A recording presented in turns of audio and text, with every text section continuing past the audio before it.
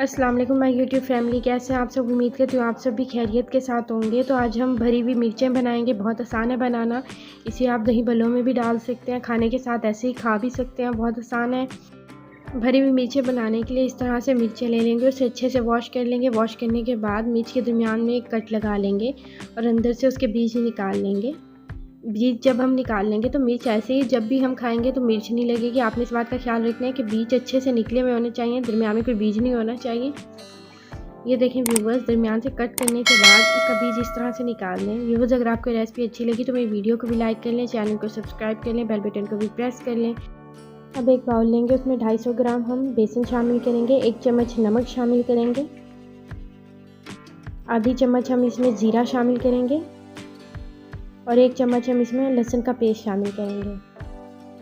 अब हम इसमें थोड़ा थोड़ा पानी डालते जाएंगे और इसका पेस्ट बना लेंगे। व्यूवर्स, एक साथ ज़्यादा पानी मत डालिएगा, ये ना हो कि मिक्सचर पतला हो जाए।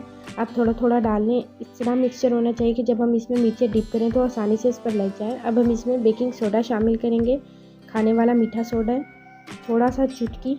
इससे जो हम मिर्चें बनेंगी वो अच्छे से फूल जाएंगी। ये देखें व्यूवर्स, अब एक बाउल लेकर उसमें हम 2 चॉप किए हुए प्याज शामिल करेंगे, 1 चम्मच लहसुन का पेस्ट, थोड़ा सा नमक, क्योंकि नमक हमने पहले भी शामिल किया है। अब थोड़ा सा ज़ीरा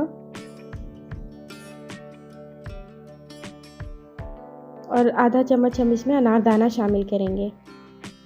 इन सारी चीज़ों को अच्छे से मिक्स कर लेंगे।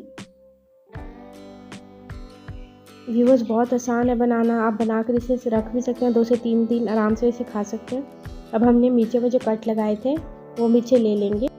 व्यूवर्स, अब जो हमने हरी मिर्च कट लगा कर रखी हुई थी उसमें प्याज भर लेंगे। ये देखें व्यूवर्स, इसी तरह से सारी मिर्चों में प्याज भर लीजिएगा।